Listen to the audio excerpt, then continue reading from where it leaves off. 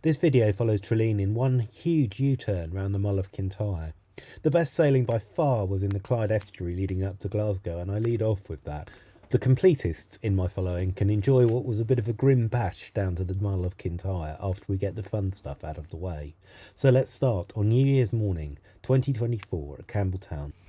I made my berth in Campbelltown in the very early hours of New Year's morning. Campbelltown was suffused with a slightly alcohol-soaked haze, like many Scottish towns after New Year's Day, but by the second and the third, things were opening up, and I was very grateful for the food stores and the laundrette, and also for a quick tour around the village and the provisions that some of their cafes offered.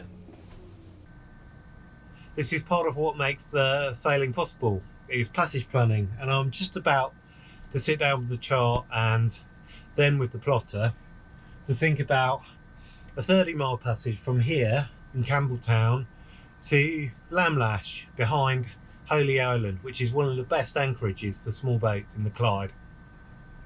And there we will have our first anchorage of the season. Dawn's just breaking outside here at Campbelltown. I'm enjoying my coffee. Looking at the forecast, we have some northerlies blowing into the Firth of Clyde at the moment, which is great because that will carry us up to Lamlash without any problems. So in the meantime, I'm doing all my medical stuff and enjoying my coffee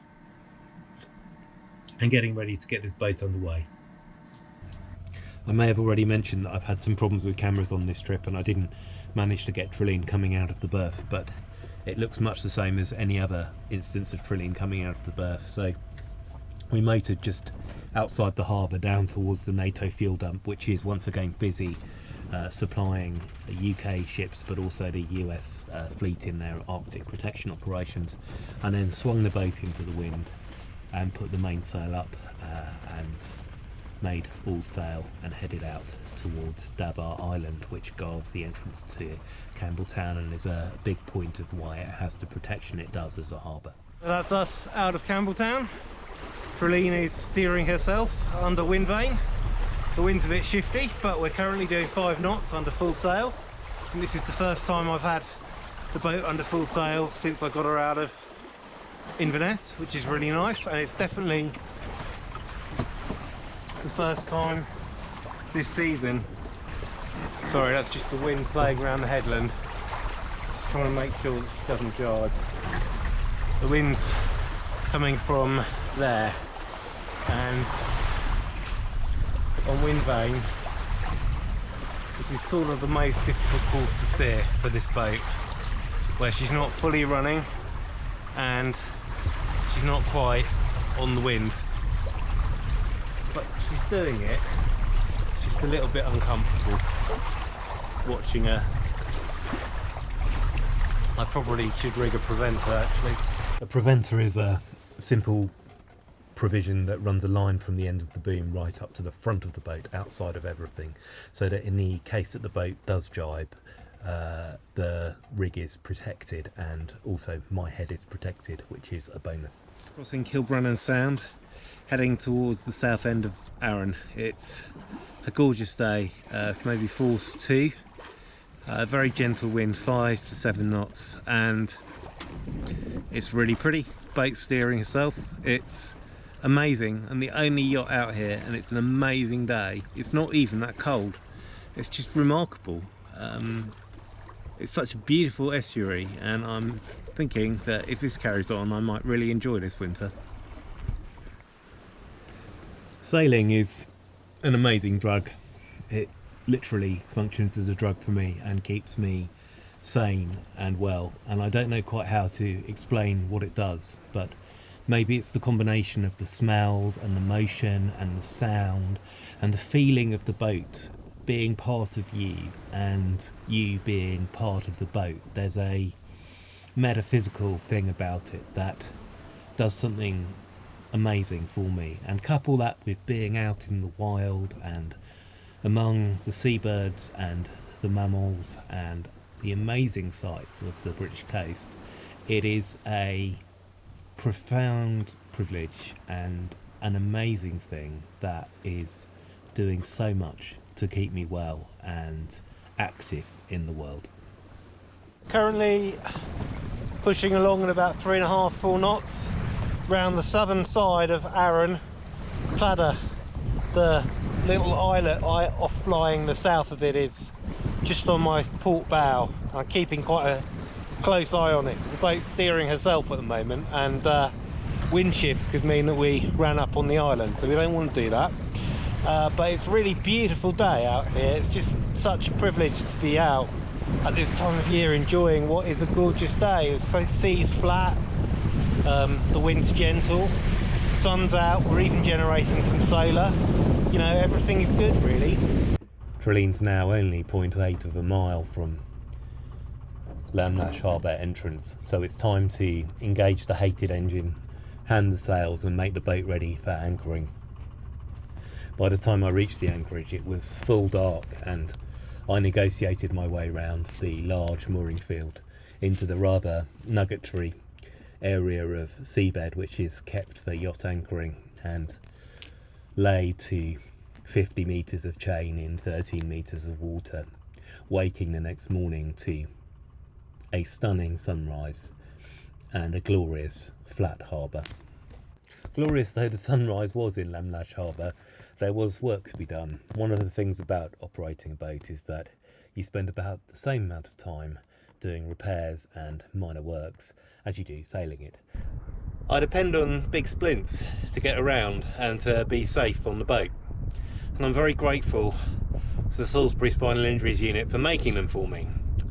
There is a downside though. They're very heavy and they have big stainless steel bits which are exposed, and when those stainless steel bits come into contact suddenly with glass fibre, which this boat is made of, it's sort of equivalent of hitting your boat with a hammer. Some point yesterday, probably coming in the dark when I was coming in and out of the cockpit quite a lot, one of these steel bits thumped something and a large shard of glass fibre has fallen off. Fortunately I found a chip, so I can do a temporary repair by laminating the whole thing back together. When you're doing repairs in the field, it's very easy for the resin to get absolutely everywhere, and that's actually almost a worse problem than having the chip. So the first thing that I'm going to do is something which would be familiar to any surgeon, and that is I'm going to create a sterile field around my repair. So I'm going to use a technique called evaporation drying to make sure that the wound is completely dry. So in order to do this, I'm actually making the damage wet, but I'm wetting it with acetone. And what the acetone does is it evaporates aggressively, and as it does, it pulls the water molecules out as well. So I'm mixing up some epoxy resin actually, because it's what I've got to hand, and I've put a little bit colloidal silica in it just to give it a certain degree of thickness,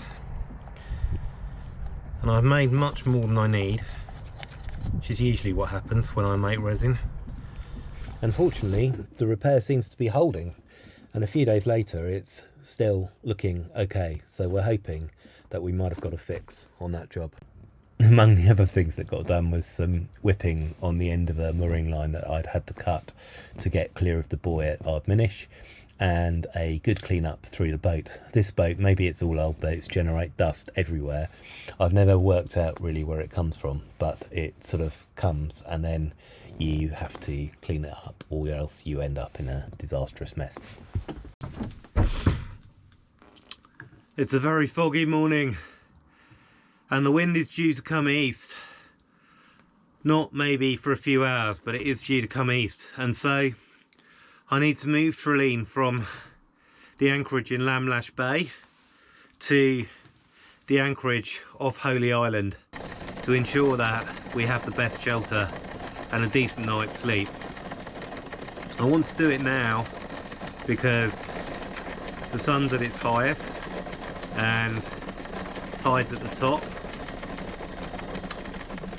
Theoretically this is when the fog should be most lifted, most solar energy going in, although it's not very lifted. So I'm not sure how much you'll see, but I will take you along for the ride and we'll do this little transit. It's about, I don't know, 1,000 meters across the anchorage, and we'll find a new anchor berth. As I said, the visibility was not great, but there was enough to keep orientated. Fog is one of the things that gently terrifies me at sea. Trilleen doesn't carry radar, and I'm not sure whether she ever could effectively because of the demands of power and so on.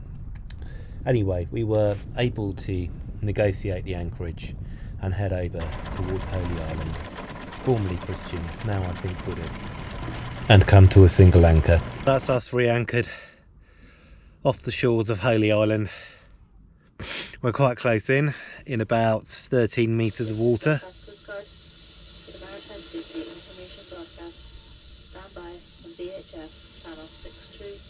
And at that point I vanished below because Lamlash Harbour, it turns out, is a not spot, and despite the trick of hoisting mobile phone up the mast, I was reliant on Coast Guard broadcast inshore weather forecasts. It's amazing how different things have become with the ready availability of numerical weather forecast through services like Windy or Predict Wind, and it's a reminder of how far we have come in such a short time.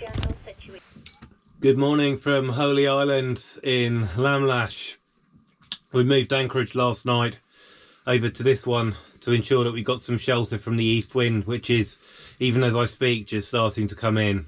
It feels like an ungodly time in the morning, but it isn't actually. It's more like about 7 o'clock. It's just that at this latitude nothing happens very quickly in the sun department. So the plan for this morning is to move up the estuary to Inverkip and to make use of the east wind, which is, even now as I speak, blowing gently across the boat. So when I get my splints on for sailing, it's really important to make sure that none of the stuff underneath is creased, because if it is, it will try and crease my skin, and that does the skin no good at all. In fact, it can cause something that we call a pressure sore, which is an exceedingly bad thing. Fortunately, I do have some new ones of these coming, because these ones have actually got stretched and my legs have changed shape, in part because I've been doing too much happy sailing. The first early notes of dawn are showing themselves here. I am getting the boat ready for sea, so now I'm going to go up and get the sails bent on and get ready to bring the anchor to short stay and get out of this beautiful anchorage. The anchor lifted easily, which is always a relief. You never quite know what's lurking on the seabed in a popular anchorage, and a fouled anchor fouls your day up wonderfully. Then it was time to slip out the northern entrance of Lamlash Harbour as the sun rose behind me over the peak of Holy Island, which reaches up to more than 300 metres in a sheer cliff facing to the south. The sun illuminated the Argyll coast, shining under a low cloud bank which hid the top of the peninsula. Very quickly the boat was performing beautifully in a wind which had slightly more north in it than anticipated. Come on girl, you can do this. Course 3, just touching forward 3. I don't want to take the sail down because you'll complain.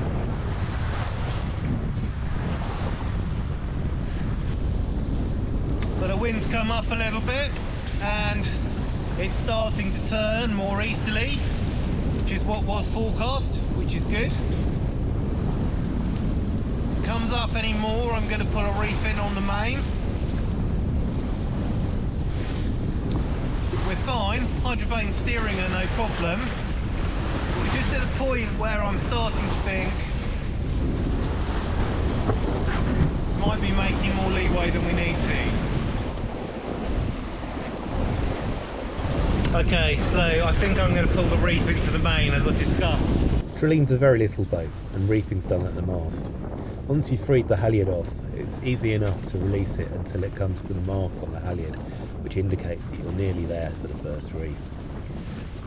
Then it's a simple matter to wind the back of the sail back down with the underboom winch, which is reserved for that one. So we're smacking our way up now towards Butte and Cumbria, more on a reach than we were before, but still maybe not quite on a full reach. Boat's going well. I'm still tending towards the south side of the channel with the intent that I can fall off more easily that way than I can come back up. Behind us, all the way down on the horizon now, you can see Lamnash, where we came from, just to the right of the big red paddle which is steering the boat at the moment, and to its left you might be able to pick out Ailsa Craig, a little triangular lump on the horizon. Well, we're just coming up into the inner Clyde, point where the ferries between Argyll and the mainland cross, and Trileen's still sailing well. We've actually got 2 reefs in the main now. Did have 2 reefs in the main and we were down to just stay sail and that, and we were doing fine, but the wind's now funneling down the Clyde valley, so we've got more heading in the component and we've got the jib back out. We're just about holding our way up a bit more towards the Argyll shore than I would like, to the north shore of the Clyde than I would like, but we are doing okay actually. Boat's still doing 4 knots and the wind's very patchy. It's actually quite interesting wind. It would be fun to race here, I think. I'm sure that's one of the reasons why people do race here. It's very nice sort of patchy wind which you could exploit. I knew I should have been up on the south shore of the Clyde. My own fault. Lack of tactical awareness of wind, which those of you who've raced with me will recognise. Well, that wasn't entertaining. Just motoring in towards Inverness, last few miles, getting sails down, bend over to get into the locker, and the bag that my catheter empties into bursts all down my leg. That is disability sailing at its finest, unfortunately. Soon enough, Trilleen was motoring slowly into the entrance channel at Kip Marina. This has been one of the best sails I've had, and the last few days have reminded me why I sail and what great joy it gives me. It isn't always the big passages which are the most fun. Sometimes 30 miles across the estuary is as much fun as 150 or more. Even better for a winter sail, this one had a nice hot shower at the end of it, in the vast facility which is the marina here, with more than 800 berths. Right, as promised, now we can reverse time and I'll show you a little bit of what I got up to in Avon and some of the passage down to the Mull. So right now I should have been heading down the Sound of Jura towards the Mull of Kintyre in what I'd hope would be a decent weather window. That weather window has evaporated, been thrown out of another window perhaps, and landed smashed on the ground.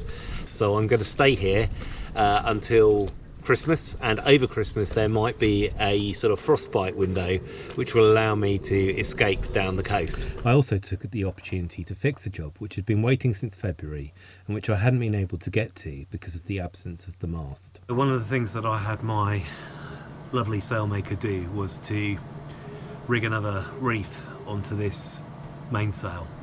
So it had 2, it's now going to have 3. Reefs make sails smaller, and smaller sails allow Trilleen to sail safely in stronger winds.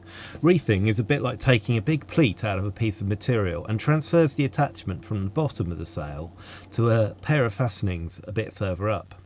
Adding a new reef for me meant fitting a new block round which the rope which attaches the back edge of the sail to the boom can turn and be fixed. This new block takes huge loads, so it needs to be fixed firmly into the boom. That means drilling new holes into the boom, which is never a welcome prospect, and then tapping the holes, or putting a thread on the inside so that the bolts can grip. There's no prospect of getting a nut on the inside, so the thread has to interface with the bolt really tightly. I would have preferred to drop the boom to do this, but I couldn't, because on the day I chose to do it, it turned out to be unexpectedly windy, and I didn't want the sail and boom getting out of control on me. So instead I lashed the boom silly so that it couldn't move, which then had the advantage of letting me work standing up rather than crouched over. In the end it all went acceptably, and the block is now in place and ready to work when it's needed. The weather demanded a change in strategy to achieve the 150 nautical miles between Oban and Campbelltown, round the Mull of Kintyre, one of the great and greatly feared headlands of the UK. Trilleen this morning is going to jump off from Carrara and head down to Crinnan Boatyard, where the intention is to hang off a buoy for a couple of days while an easterly gale comes through, and then hopefully we'll be able to proceed further south towards the Mull of Kintyre. I ventured south knowing I had an 18-hour window, and only an 18-hour window, between the gales. Unfortunately that didn't line up exactly with the tidal window for entering the Sound of Jura. That's no small thing, because the tide at Fladder, the lighthouse guarding the north end of the Sound, runs faster than Trilleen can sail or motor. I had to force the tide in places, taking Trilleen unpleasantly close inshore, where the tide runs less strongly, and trying to read the back eddies. The whole area is a bit of a washing machine in terms of tide, and even the detail of the Admiralty Tidal Atlas never seems to capture the actual watery truth. Night was falling as Trilleen and I negotiated one final tidal gate, the Doris Moor, which links the Sound of Jura to Crinnan Bay, motoring softly into the mooring field at Crinnan Boatyard. Crammed with boats in the summer, it was now ominously empty, and I wondered what the following days of gales would bring. The answer to what happened was that the gale blew right over our heads at Crinnan. I might have been better even closer to the cliff, but the mooring was comfortable for the most part, and when the wind swung south, the sea remained fairly manageable coming into the roadstead. I kicked off the passage to Gear, some 30 miles to the south, and the nearest port of refuge to the Mull, a few days later. The wind keeps going, so I'm having to put the engine on and off, which is just very frustrating. I've just lost one of the cameras into the deep, briny sea, which is also unsatisfactory. And all told, it's just not turning out to be a great day, really. The boys were in place, said Ardmanish. Very sturdy boys too, which turned out to be a good thing, because the shelter was much less good than I had anticipated. The passage south to the Mull began in daylight. It would end many hours later, in the early morning of the 1st of January, having endured a violent front, microbursting all over us as we made our final approach up Kilbrannan Sound. I'd like to say thank you to the 12 people who subscribed to Sailing Trilleen in the last 28 days. I tend to make video when there are things to show you, not when there aren't. So the easiest way to find out when there's a new video is to subscribe on YouTube and click the notification bell. It is, of course, entirely up to you whether you do that. I leave you with some stills and video from the footage which didn't quite make it into the main film.